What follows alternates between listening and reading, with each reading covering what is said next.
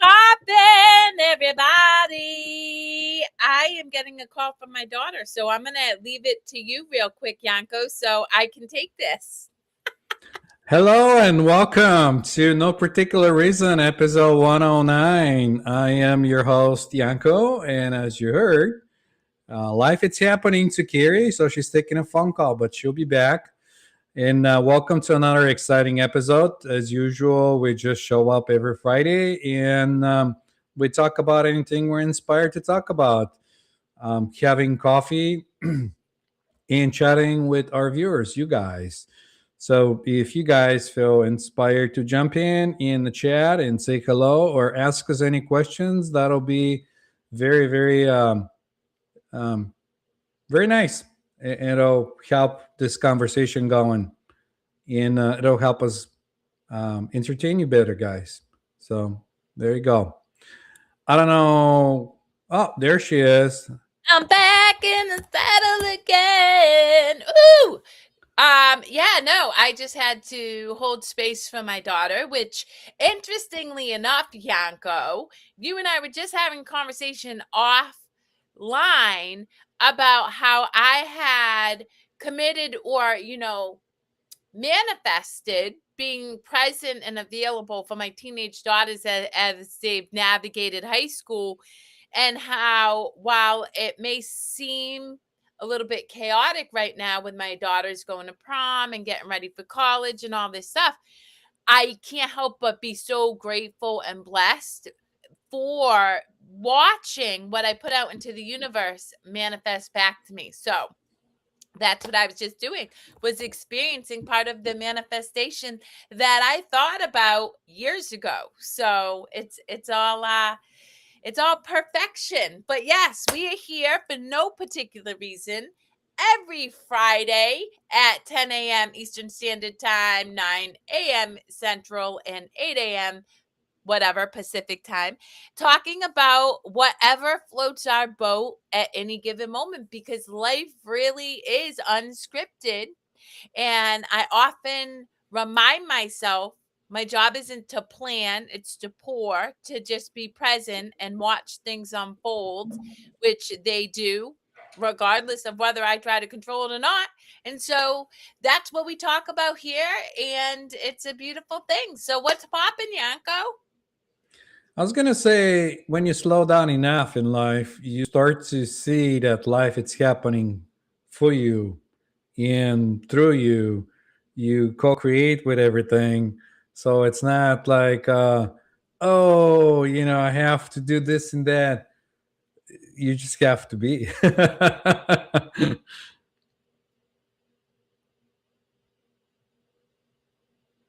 And I think I lost you. There you go.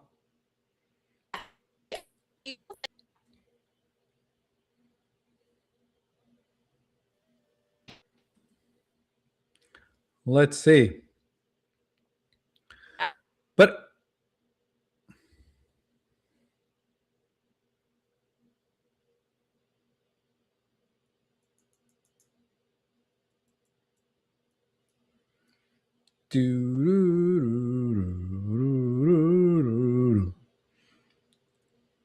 and this is just to tell you how unpredictable everything is. Sometimes you get this kind of stuff happening, and we don't even know. Oh, there she is. Oh, I Coming back. know. I've been having a whole conversation with you, which I knew you weren't listening to because I was not available. But now But I it's am. interesting, yeah. But it's interesting how this works, because sometimes it could be on your end, it could be on my end. Nobody knows who's getting the internet connection dropped. So in reality, sometimes I get dropped, and you continue on, and our viewers will get what they get. They're either gonna get you or they're gonna get me. Almost like a split of realities. And you don't get upset. In the words of every single kindergarten teacher ever known to man. No, but anyway, okay. So going back to what you were saying, what were you saying? I was just saying that you don't have to make things happen, because if you slow down enough, you're going to realize that life is just happening, and just being present allows you to like absorb it all. And we have this idea that we have to make things happen, but they just happen Yeah. either without participating or with participation. So, if you slow down enough, you'll notice that life is just lifing and Well, it's and you happening. notice it, but it is always unfolding in your greatest good anyway. And it's interesting because on Instagram, I follow like all these funny animal feeds, but also have random clips of like a dog spazzing out in front of their owner, only to like have the owner move and then a car crash into the wall. And that's presence, right? Like we can't plan that. And so Right. when we're just not in our mind overthinking things, and we're just here, everything we can witness it working out in like the way it's meant to for our greatest good. Yeah.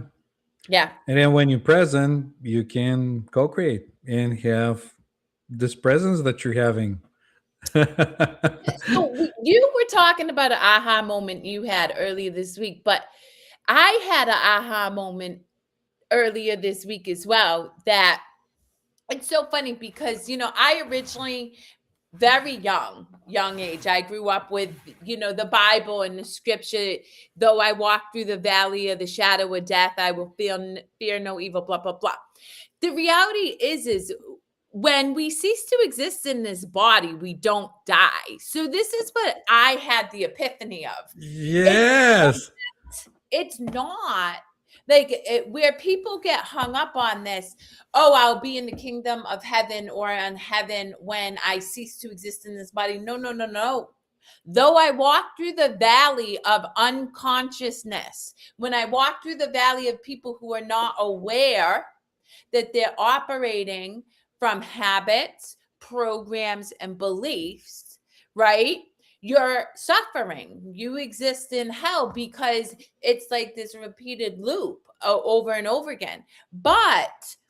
And that's why it says, I will fear no evil. As you're aware, you become more present. And then you and I and individuals who have practiced this and have experienced it, because I'm all about the experience, not lip service, understand we do co-create with reality. And once you have that understanding, you live in the kingdom, heaven on earth, because you're at peace. You create the experiences. And then once you are no longer tied to this human form, there's no death. You just reemerge into the energy, the uncreated, unmanifested energy that you came from prior to being in this body. I mean, but you have to realize that on a deeper level and, have the experience, like you're saying. You have to understand that, you're not this body, this mind, this emotions, and all that. Have the whole experience. That reminds me of one of those stories I was reading in a book talking about one of the enlightened people that were just gonna check out of this world, and they got all the people around him and they're loving him and saying, "Oh, please don't go." And he would just like look at him and says, "Where would I go?" Like, where would I go? I'm everywhere. Well, and it's so interesting because I was talking to an individual yesterday who is really having a moment. They were in struggle, and I said, you get to have that struggle. Like, don't force it. Don't this is really what I also want people to hear. And it goes back to what you were saying earlier. Life is always working for you. So your awareness and understanding is exactly where it needs to be at this time and space moment for you, and you don't have to force it. And so if you're in a time, or if you're experiencing angst or suffering, and you're still like, you don't know how to get out of that, or you feel like you need to, but it just keeps settling into your experience, trust it, because that is the gift that you are getting to crack open into more moments of awareness. And it's it's an unfolding. You don't wake up one day and come to these understandings that Yanko and I have experienced. It's a permission, giving your mind permission to have a different experience, and then allowing it to unfold over the course of your experiences in perfect timing. Yeah, wonderful. I couldn't say it better. No, because I was thinking about it. It's like a game. You know, you play it, you enjoy it, you become the character where you play the game. You really enjoy it. You know, you do the actions or whatever, and that's why I'll, talk about myself. Enjoy playing games sometimes. You know, electronic games and other things, and um, I can take it up even a level, further in play it in this reality, not only on the computer, but have fun here. Yeah, 100%. You Yeah, know, have much fun here in the present. You yeah. know, But again, I mean, you and me kind of go back to the same truths every week because it's what we experience. Uh, but really, you get to have whatever experience you want. Anybody out there listening, it's entirely up to you. It's what you're willing to open your mind up to, and then go through.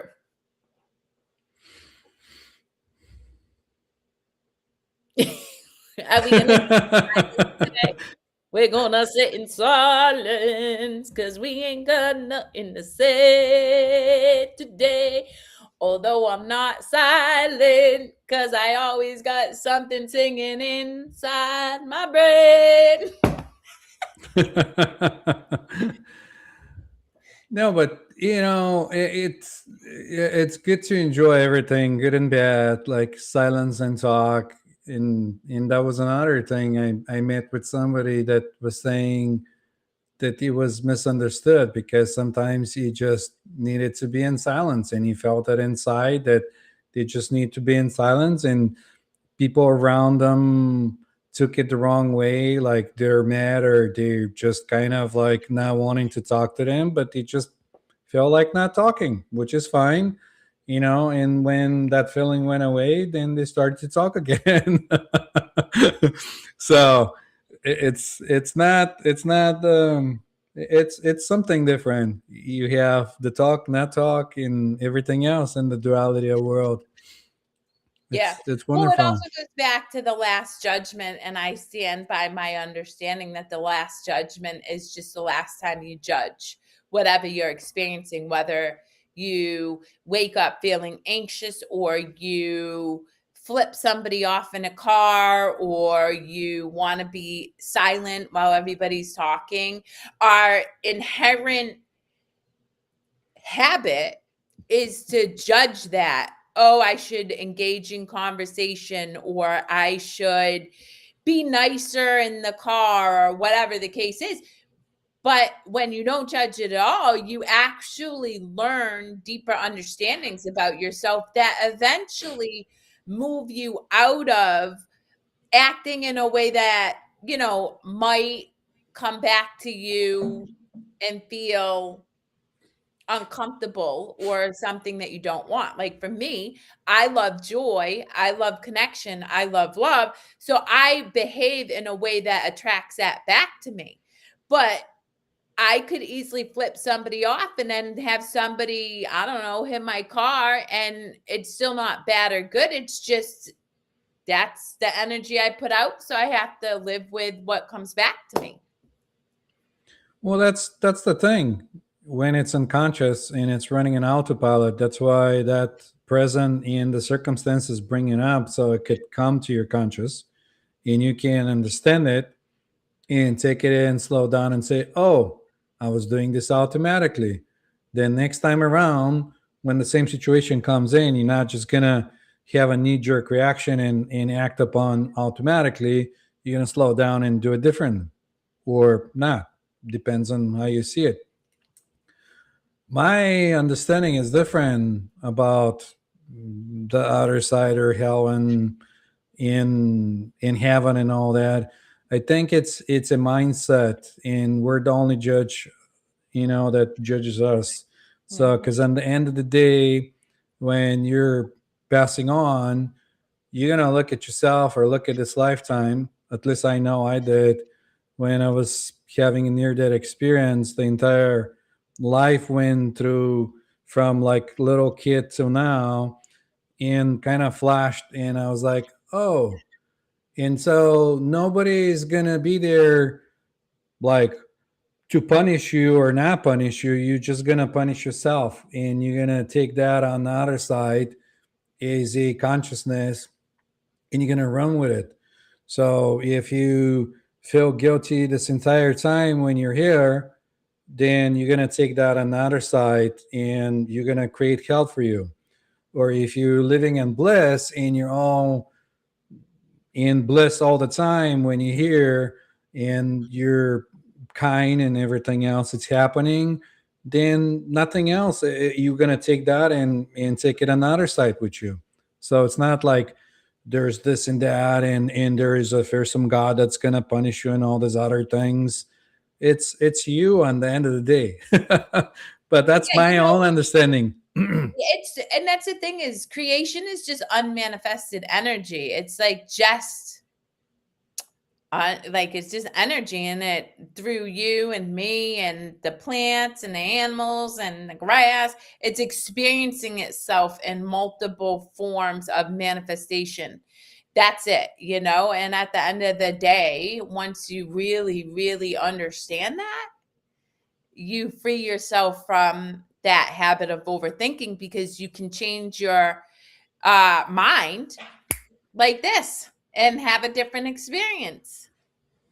So yeah, I mean, again, it's like attract like. So if you're doing things that bring you joy, that don't bring joy to other people, then those things will continue on until you flip, and what goes up must come down. And kind of like pendulum, swing the one way and the other. So yeah, but that's how I think of it. Not like that there is something or like somebody will punish you. And it's kind of sometimes I got chuckle at it when people are really mad and they're still on that um, mindset of like blaming something else and saying for me like it's this, and not because I'm here and I'm on this weak position, I'm gonna pray to God to punish you. Or they straight up tell you God will punish you. You see, there's God, there is you know this thing that it's gonna settle the score per se, or like equal the thing because you did me wrong or somebody else did me wrong, whatever the case is. So yeah.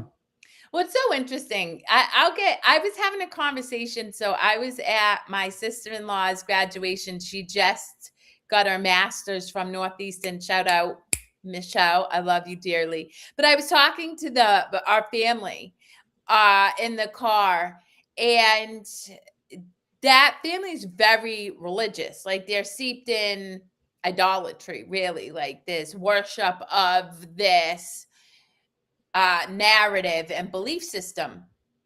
And what I was sharing with an individual I love deeply is I witness this constant studying of certain scripture, like throughout the day and stuff, right? All of it. But I never see this individual apply what they study into their own human experience. And so they really are very unconscious and yet will tell the exact things that you were saying, God is going to condemn you and stuff. And this is why I encourage people, rather than just following specific scripture or religious ideologies that you've been brought up in. It's not good or bad, right or wrong. Question them and at least look at how you can apply, I don't know, what you sow you shall reap into your own life, cause and effect. Because I hear it all the time. I mean, we see it right now. We see like religious ideology informing the choices that our government is making, and it makes me laugh because I'm like, what You we made your are. bed, and now you're gonna sleep on it, right? You just kind of like look at it and go like, "Oh, that's nothing new." Well, the funny thing is we're oneness. This is what blows my mind. In this day and age with quantum physics, neuroscience, I mean, just so much evidence. And then, of course, scripture that has been pervasive since the dawn of time. How is it people still uh like not realize we're one? So if I hurt you, I'm hurting myself. Like I just like that to me blows my mind, because even as a little girl, like I knew if I took somebody's candy, I was hurting them, and then they would hit me, and then I got hurt because I hurt them, and it just kind of like made sense. And we still as adults haven't quite figured out that when we cause harm, harm comes back to us. I would say that, and this might sound like I mean, but this is how the reality is. With being programmed at a young age, that this is how you operate, and this is how you should be, or how you should be and shouldn't be, and all these other things, and stimulating the mind, which also gets your sense of self separate, your intuition weakens, and you're stuck here more of the time, and you try to solve problems with your mind like it's some kind of math equation, and some scientists are still doing it, you know um, coming up with equations and other things. But in reality, that's what it is. The mind cannot solve a lot of the things. The mind actually helps you stay Unconscious. separate, or feel separate and conscious, keep going with programs, other things. And it's not only that, it's not that programs are bad, but there's like even genes and other things that are passed from generation to generation. So it's it's the whole thing, because you're a part of it. So you get the experience. Well, and that's the thing. I also, again, suffering is familiar. So it's easy to just bitch and complain, but stay in what you know, because it's so familiar, you know. But interestingly enough, your spirit, your soul, like your higher self, is always going to strive to push you out of that suffering. And so if you ignore it for long enough, something will happen, like you have a near death experience, i.e., Yanko, or you sit in your sister's blood, me, and have this realization that, oh, wait a minute, I don't have to sit in this experience if I do not want to, you know? But But we let me ask you this though. yeah. When you're sitting in that experience, was there any mind? Was there any thought, or everything just kind of froze and you had that aha moment? Yeah, I knew. Uh, I immediately knew that everything was perfect. Like, it's kinda hard because people ask me about that, right? I remember sitting there in all this blood crying, and then all of a sudden, I just was like, "Oh, it's fine." Like, it's all great. It's like we're cool. And she's cool. I'm cool. I'm gonna be fine. And I mean, to that point, like people, I think about it from an ego perspective, like looking at my life from ego. I'm like, I mean, within 6 months of that experience, I left my secure job, my marriage, took on $80,000 worth of debt. Like, I mean, I literally was like, it's gonna be fine. And life. But again, I had that experience, and that's what I encourage people to give themselves permission to have, is the experience, because I had studied. So I really do believe I gave myself permission prior to that moment to have that experience, because I'd been studying psychology and philosophies and theologies and all these different modalities of, you know, knowledge, for years. And so it culminated into that moment when I was able to have that experience to break my ego. Yep. Yep. Yeah. Put it all together. No, the Mhm. reason I was asking is because usually you have that kind of aha moments when there's no mind involved.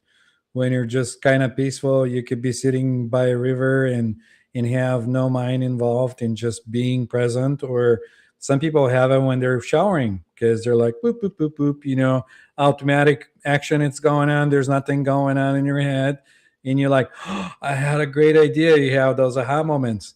So that's why I was like, let me ask you that, because maybe sometimes when you're going through like something shocking, or sometimes they say that sometimes they use that even in the Buddhism, where they go and shock with a stick to like stop their mind, to have that blank space where they can have no mind and be like, that kind of thing. That's what I was alluding to. Yeah.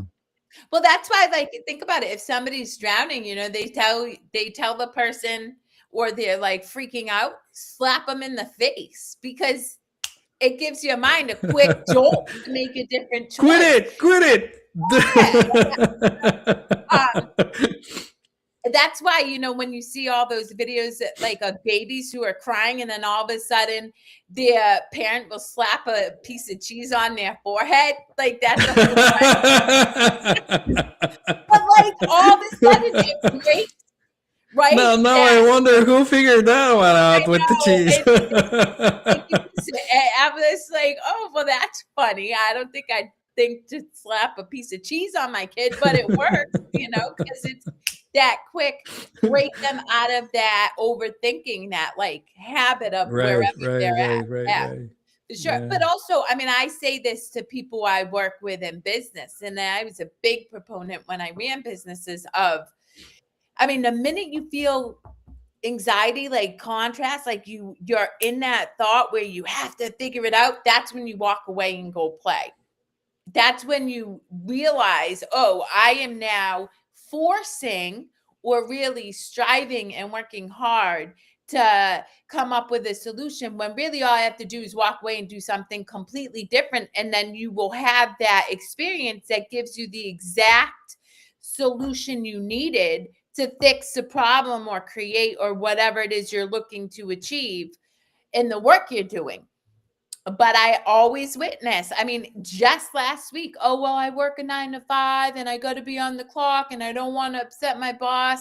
And this is what I encourage people. And this is true because I did this in my own life. So I know from experience after experience after experience, I got more work done in a few hours than I ever did in the years that I tried to grind out the problem and the solution when I walked away. So the minute it feels icky, I'm just like, okay, I'm going to do something else. The other day I was cleaning walls and I was over it. So I started baking cookies, and then I started doing this. And then I'm like, oh, I could go back to doing walls again, because I didn't force the experience. And just like, yep, nope, this isn't working for me right now. I'm going to move on. That goes back to, trying to solve it to what I was talking about with the mind, because you keep trying to solve it as occasion, and the mind, it's limited. You get to, you narrow your focus so much that you're narrowing the picture to this tiny, tiny little thing, and you're missing the whole picture. And 100%. That's you a can't really think outside the box. good it. Yeah. Yeah. Yep. Yeah. You're like, I'm solving it. I'm solving it. It's like, what are you solving? You're just like, ah. Well, and then again, that's the other thing, is training your brain to be in that stillness, because you and I are both, we grew up in the 80s. Well, I did. And so there was no internet and there was no phone, and we had to go outside and play. But now I see people so quickly going through social media, clickbait, email. Their mind is so Yeah. busy and getting Yeah. flooded with information on the regular, that they never really had that experience to pause in the first place. Even kids, right? And I'm just as guilty. Look, when I was younger, my kids were younger, what did I do? Because I was busy, I plopped them in front of the TV. So I immediately gave them that instant feed your brain with information. And I still watch to this day with my kids. Like they love to. I don't think it's information because I'm seeing it with my little guy in 6. So I don't think he's getting any information of it. I think it's the overstimulation that gets him like excited. All that jumping around, going and screaming because he sometimes he does that like and he does his thing, and that just trains him to look for more of that, more reward, more of that. And anytime I take away that and I say no game for 1 hour, or no gaming or no screen time or whatever, um, he feels like I'm punishing him, and I'm not trying to punish him. It's just that's what it is. So it's kind of nice to see. At least I'm seeing that, and I got the chance to see that through him. When he was younger, I was thinking one day like it's how easy it is to just die and check out, but it's harder to become a human. Like you got to go through the pain of entering or exiting the birth canal, which brings up a lot of trauma. Then you have to go through, the pain of like breathing the oxygen, which is really painful for your lungs. Then you have to go through the pain of teething, teeth coming out, fevers and all that stuff. Then you got to go through the pain of learning how to walk again and do all these other things. When dying is just that, you just die, and this is it. Mm, that's I mean, I do believe in this Like is it's a struggling. Like I watch him struggle on every age and every stage, yeah. and I still see him struggle to everything. Like how life unfolds and how you think about different things. Last night I was giving him a bath, and he said, um, "How old are you, Daddy? Are you old?" And I said, "Yeah, I'm old." And I said, "One day I'll die, and you'll get old too." And then he said, "I don't want you to die." And I said, "Why?" He said, "Because I haven't learned how to turn the stove on." And I said, "I'll teach you how to do that, no problem." You know what I mean? That's kind of a thing. Oh my god, I love him so much. That is awesome because you had it. He's like, "I don't want you to die. I don't know how to turn the stove on. Like, you haven't teached me everything almost, in a way." Yeah. Well, it's interesting because I have a conversation. One, old is a state of mind, and my daughter always tells me I'm old, and I'm like, I am so young. And it's so funny because the same conversation I was having with one of Nana's family members the other day, I was listening to this individual repeatedly over and over and over again say how old she was. Mind you, she's not old. And I'm like, I'm thinking to myself, when I'm your age, I'm gonna be young. Like I don't even, you know what I mean? Like I do not, I'm gonna be 46 in 20 days, and I feel younger than I was at 20. And I'll tell you why. Because I'm full of life. I'm vibrant. I have energy coursing through me. At 20, I was fucked up on drugs. I was all in my head. I was constantly in suffering. So I feel younger now than I did when I was, young. But my daughter has the same conversation with me. She's like, I don't want you to die. And she's like, you always support me and hold space for me. And I'm like, yeah, I totally get that. And yet, my job, or what I hope to embody for you, is that you are your ultimate support system. It's not about me at all. It's about me guiding you as your mother to come back to yourself, because ultimately you are the only one who really has those answers. And she's funny because she gets mad all the time. She'll ask me, for advice, and I'm like, well, what do you think? And how does that make you feel? Where she just wants me to give her the answer, Yeah. and I don't know because I'm not her, and it's not my job to Exactly. figure It's out like, what is in the highest good for her. She's the only one who can figure that out for herself. So I'm really, really big about, you know, honoring my daughter and talking about death so that she feels confident that, one, it's just a movement from this experience to another, but two, she doesn't need me. Like she has everything she needs within herself to figure it out and to honor herself. Yeah, I think that it's one of the biggest like things that it's stored in our DNA, the self-preservation and the dying, and like a lot of the stuff comes to the fear of death. Once you realize that fear of death or like dying, it's perfectly okay. It's natural process that happens. Then you're like, yeah, it's okay. You know, it depends on how you look at it. You know, it's a mindset. A But hundred again, to percent. go back to what I was saying, when I die, where would I go? Yeah, but Yeah. even that is more experiential, right? So, I mean, I tell my daughters all the time that I'm very connected to my older sister, and that feels so obscure for them because they're like, well, what do you mean? She's dead, right? And so, and I get it. So, but like you and I always say, don't take our word for it. It's an experience. You will have those experiences as you give your mind permission to open up to different possibilities, to different consciousness, to awareness, to knowing yourself, you know? Quiet down a little bit.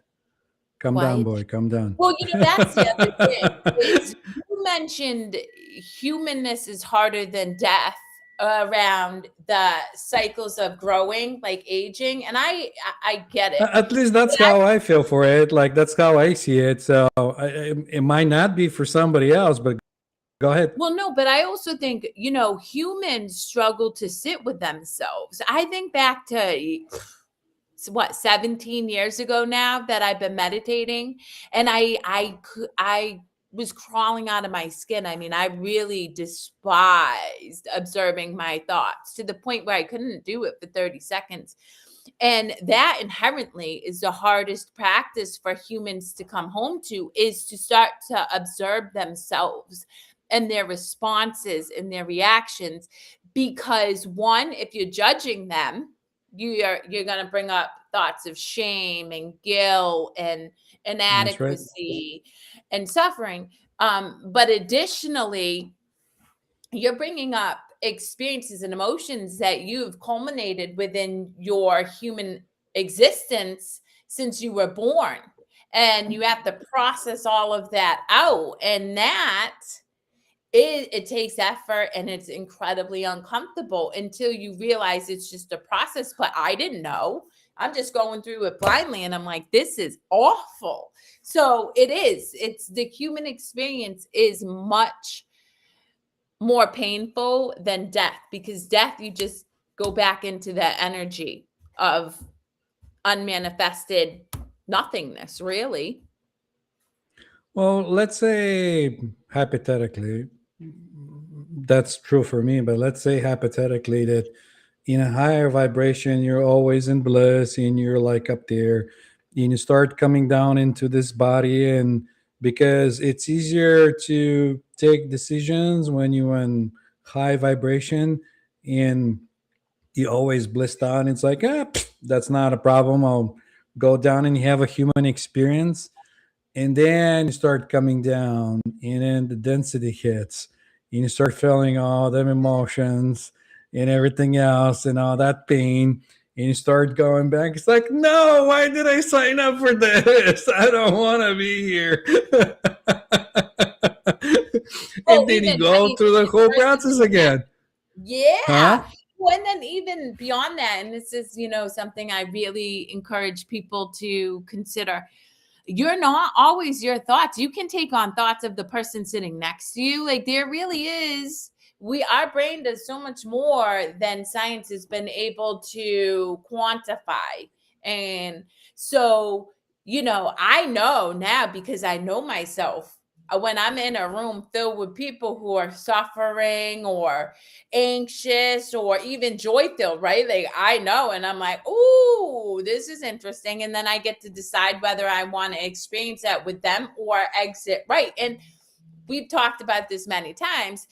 If it doesn't feel yummy, I'm usually leaving the party, because it's not a party I'm interested in engaging in anymore. Not your type of party, huh?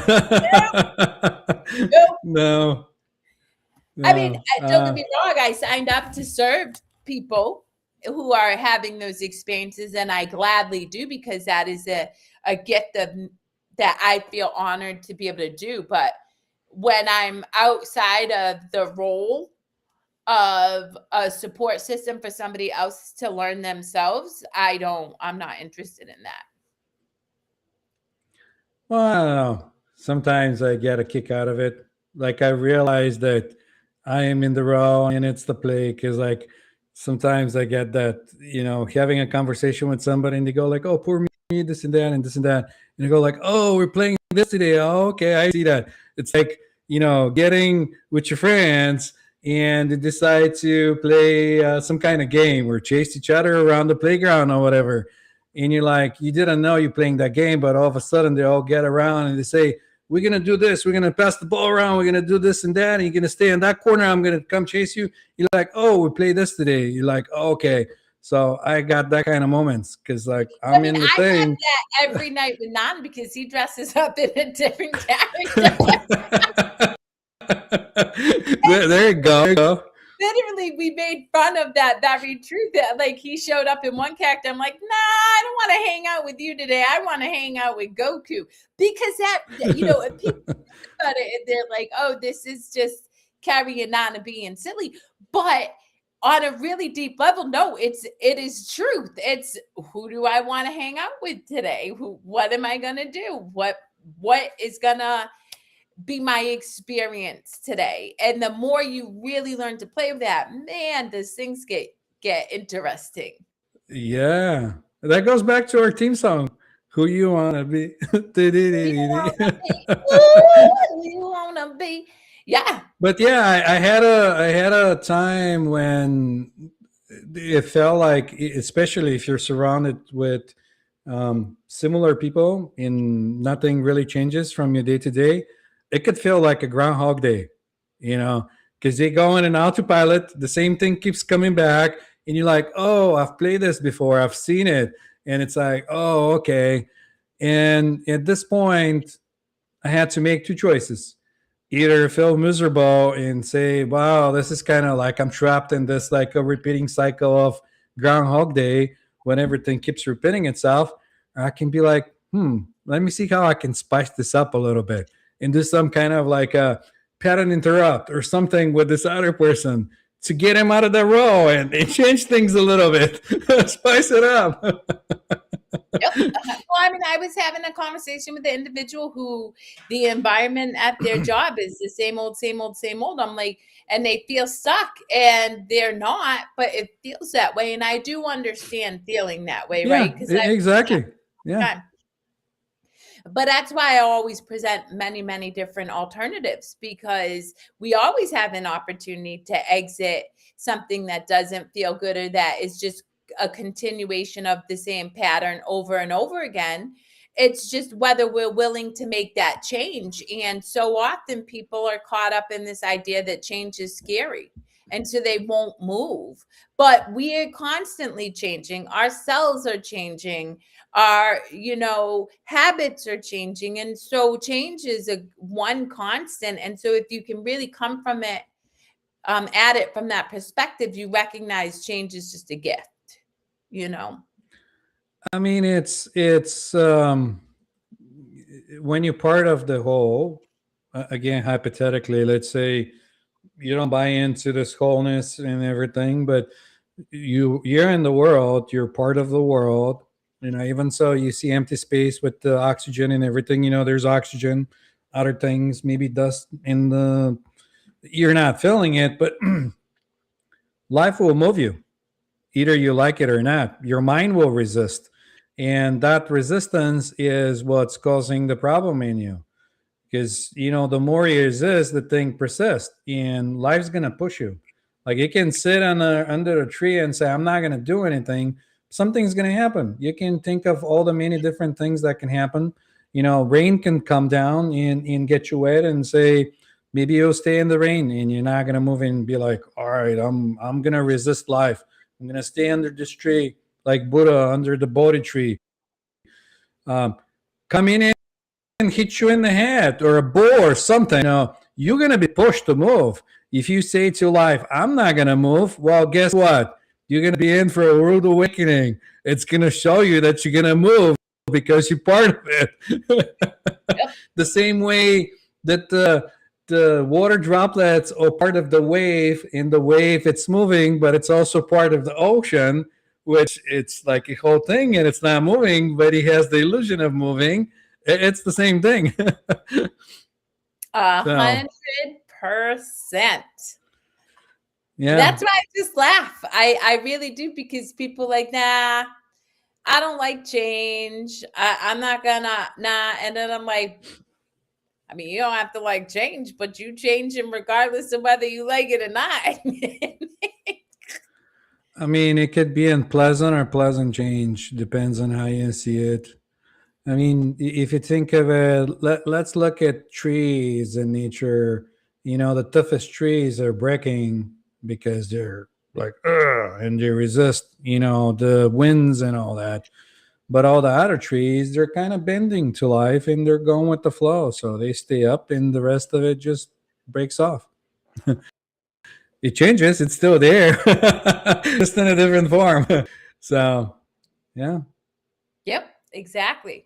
Well, that's why I was driving earlier today from dropping my daughters off, and I forget like what, but I'm just like, I have no say over when I'm not going to be in this human body anymore. I mean, unless I kill myself, but I'm not like plan on doing that. I really like this human experience I've cultivated for myself at this time and place. But no, but seriously, but you just never know. And, last week, several people experienced losses, people who passed away unexpectedly, and some were young. And, you know, we just don't know. And that's why for me, and I do this show and I do the Bright Side Chronicles with Nana, and I really work to embody what I encourage other people to, which is live in this moment. Do what brings you joy. Like that is what you get to experience this humanness for, is to understand that you are one whole. You can't do anything that pulls you out of your worthiness, that you're loved. And so if you have that knowledge, then why not go play and like have a good time while you're doing this thing called life? And I have two daughters, and one is very much a go with the flow type of person, and the other is so resistant. And the to witness the two extremes is the gift that I get, because one suffers immensely all the time, and I'm like, "Ooh, glad I'm not you." And the other is just like, I mean, they struggle because they're a teenager and they're going through life, but like they can accept what's happening, not make up a story about it, and just keep it moving. I was going to give a different perspective on people passing on. And as I was talking about earlier, when you are there hypothetically and you enjoy and you come back, why won't you celebrate in somebody that's already out of this thing that we call human experience? He's back in the oneness, in the joy, and everything else. Would you want it? That might sound kind of like selfish to have him for you because, like, oh, I miss this person. Always wanted to have him with me, kind of like a possession, like cling to it and not let it go. In a way, the way I see it is like they're okay, man. No bills to pay, none of this nonsense, none of these other things. I mean, the game's over. I mean, they can come back and play it again. But I won't take it as dramatic as some people do. But everyone has a different perspective. Yeah, 100%. Now, I mean, in all fairness, I did lose Shelly, but I have my two children with me and stuff. So I don't want to assume I know how I would experience something like that. But I lean very much towards you. I'm like, you chilling. You know what I mean? Like you up there. And I can, that's the other thing. When you can, and this is what I encourage people to do, when you can quiet your mind, like when you enter the void, you understand that all of the people that you've quote unquote lost are with you. Like it's, you know what I mean? Like it's just, so it's harder for me to get caught up in that suffering because I feel them anyway. I just may not see them physically, but it doesn't matter. I'm still connected with them. I can still hear my sister's voice, like she's talking to me on the phone right now, like, and the way she talks and everything. So, I mean, that was something else I was going to say earlier. Now that we're getting more in, like people are saying, higher vibration and all that, more of those things are going to be accessible because they're going to be closer to the density where we're sitting versus like being a lot deeper before, a lot denser. Now it's going to be a lot like closer and it'll be easier. And like you're sharing with like thoughts and things, telepathy will be a big thing coming soon.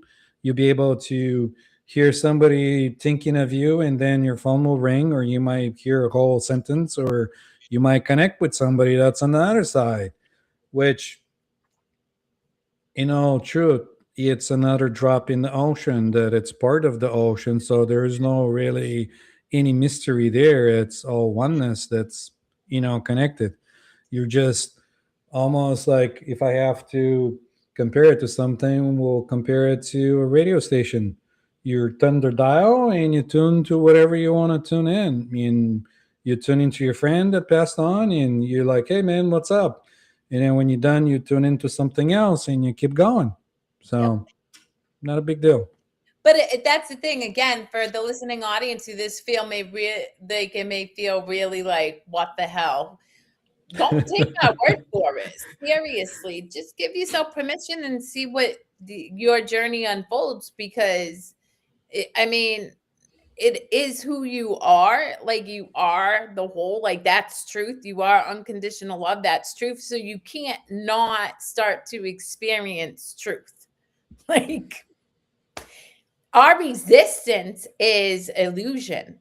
Like, that's the thing, it's not real. And so as you start to understand, then you have more experiences of it, and then you experience the truth for yourself. Even the whole conundrum between like dark and light, and light has to fight over dark, and dark will win, or the light it's gonna win, and all this other thing, it's all the same. It's just slightly different. You have to have the experience, the one with the other, the comparison. Yeah, it's interesting. I don't But know. but also, again, like that idea of dark over a light, and vice versa. When you come from curiosity and non-judgment, beautiful experience. If you're stuck in judgment, not gonna feel so yummy. I mean, if at least you want to figure it out. When I was going through that mindset of like, because there are some people saying, oh, light has to win over dark and this and that, and in the duality of things, before you're able to see the bigger picture and comprehend it in a way, then you think there's gotta be like the one pool or the other, but no, it just is. It's perfectly fine the way it is. Good morning. We love that you said, "What's up? How you doing?" And then we got, What's up, Nelly? That's one of my friends. "What's up, Miss Nelly?" Or Mister, I don't know. Mister, No, Mister. it's she's a wonderful painter. Check her Facebook account. She has really nice in she does it with not clay, with I forgot what was the name of it, but it will come in. Her paintings are really exquisite. Next level. Check them out. I love that. Well, Nelly, I also have a show called The Bright Side Chronicles, where we talk to people doing whatever brings them joy. There you go. You're welcome to join and be part of the party. Positive things, are you up? I sure hope so. Otherwise, I've been talking to somebody who's now. Here's the other thing, Yanko, you know me. So that went right into an entire different conversation in my head. Sure. Go ahead. You're so excited. You got to get it out of your chest. So go Are ahead. you up? The world wants to know. No, at this moment, I'm sitting down. Thank you. Good. I'm glad. Well, you know what's so funny is I have this very large water bottle and I was drinking it. And my brother-in-law was like, damn, you drink that without a straw? I'm like, Armani, it's just me getting practice for your brother. And you just heard him go. You can hear a pin drop. And I'm just, the way I see it is, if you don't know. But this is exactly what I was talking about. When you have a Groundhog Day, you got to spice things up. You got to do the what do they call it in hypnotism? They call it a pattern interrupt. Yep. You got to interrupt the pattern because like people paint pictures in their heads and they already have like a thinking that they're thinking like some kind of decisions and all that. Yeah, there you go. It's Friday. It's also the first of the month. So yay. It's the first of the month. Wake up, wake up, wake up. I don't know the rest of the song. That's Bone Thugs and Harmony. I used to listen to them in my teens. Is a vibe. It was a vibe. Oh, I look at encaustic with energy. What's yes, that's what she does. Encaustic. Well, that's like they're engraved, and she puts like a positive energy in, and so by just having the painting in your house, it brings that vibe with that energy. Ooh, I love that. Wax. That's what she does it with. Beeswax. Yeah. So different colors of wax, and it's like at different levels, and it's wonderful. It is. Check her out. Bees are my bees knees, literally. All right, we got 2 minutes. You got any I don't know, words of whatever coming up for you to share? No, I just want to thank our audience and viewers and people that participated because it's an energy exchange. We appreciate you guys. We're really happy to have you. Keep coming back. You know, if you feel like you want to share what we do here, share it with a friend, or if you think that somebody needs to hear what we're talking about and that might benefit them, go ahead, share it with them. If not, that's okay too. So, yeah. Yeah. That's all I got to say. I got nothing other than it is our amazing host's birthday on Sunday. So I'm going to sing to you today, even though I'll sing to you on Sunday, so that the listening audience, should you want to join in, you can. And I'm going to sing to you in Polish, even though I'm not a lick of Polish and I don't speak the language, but I know the song. So, stola, ja, żyje, stola, ja, żyje, Este nasz, ja, żyje, ja, żyje. May you have a beautiful, laughter, love, curiosity-filled day and a lot of fun with your family. That was awesome and so unexpected. Thank you. I never had this done until now, so I'm really moved. Thank you. There's the pattern interrupt. All right. Next week. Mwah. Thank you.